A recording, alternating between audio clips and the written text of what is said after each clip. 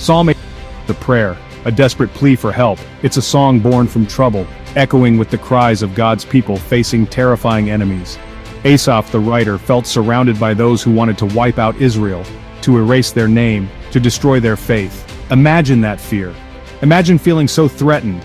That's where this psalm begins, in a place of deep anxiety and concern. But it doesn't end there. This psalm, though filled with worry, becomes a testament to faith. It reminds us that even when we face huge problems, God is bigger. He hears our cries, He sees our struggles, and He promises to be our strength. This psalm is a powerful reminder that we are not alone. Even thousands of years after it was written, its message still resonates. It speaks to the deepest longings of our hearts, the desire for safety, for peace, for victory over the challenges we face. Psalm 83 paints a vivid picture of opposition. Asaph lists the enemies of Israel, a fearsome coalition united in their hatred. They plotted, they schemed. Their goal was clear: the complete annihilation of God's chosen people. These weren't just casual adversaries, they were filled with a fierce and bitter hatred. They wanted not just to defeat Israel but to wipe them from memory, as if they had never existed. This psalm reminds us that opposition can be fierce, it can be brutal, it can come from unexpected places and wear familiar faces. But more importantly, it reminds us that even in the face of overwhelming odds, God is still on the throne. The enemies of Psalm 83 sought to destroy more than just a nation. They sought to destroy a faith, a belief in a God who hears and answers prayer. But their efforts were in vain.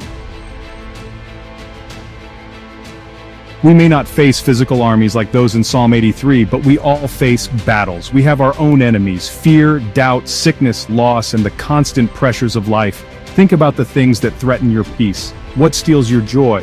What makes you afraid? These are the enemies we wrestle with today. They may not lay siege to our cities, but they can lay siege to our hearts and minds.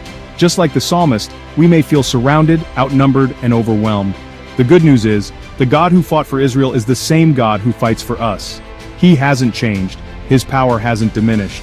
Psalm 83 reminds us that no matter how big our problems seem, God is bigger. No matter how dark the night, His light still shines, and no matter how alone we may feel, He is always with us.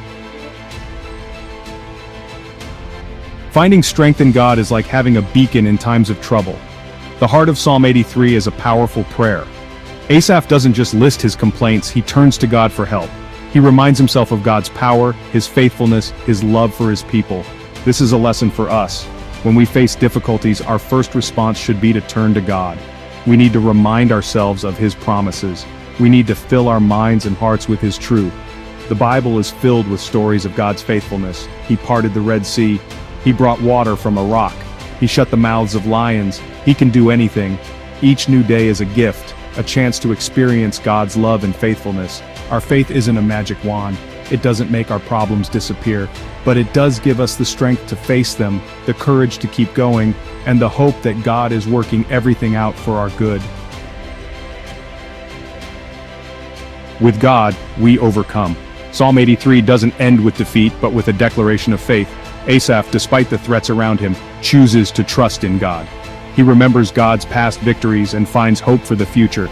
This psalm is a powerful reminder that we are not defined by our problems, we are defined by God's love for us, and because of that love, we can face any challenge with courage and confidence. Remember, God is bigger than your biggest problem. He is stronger than your strongest enemy, and He loves you more than you can possibly imagine.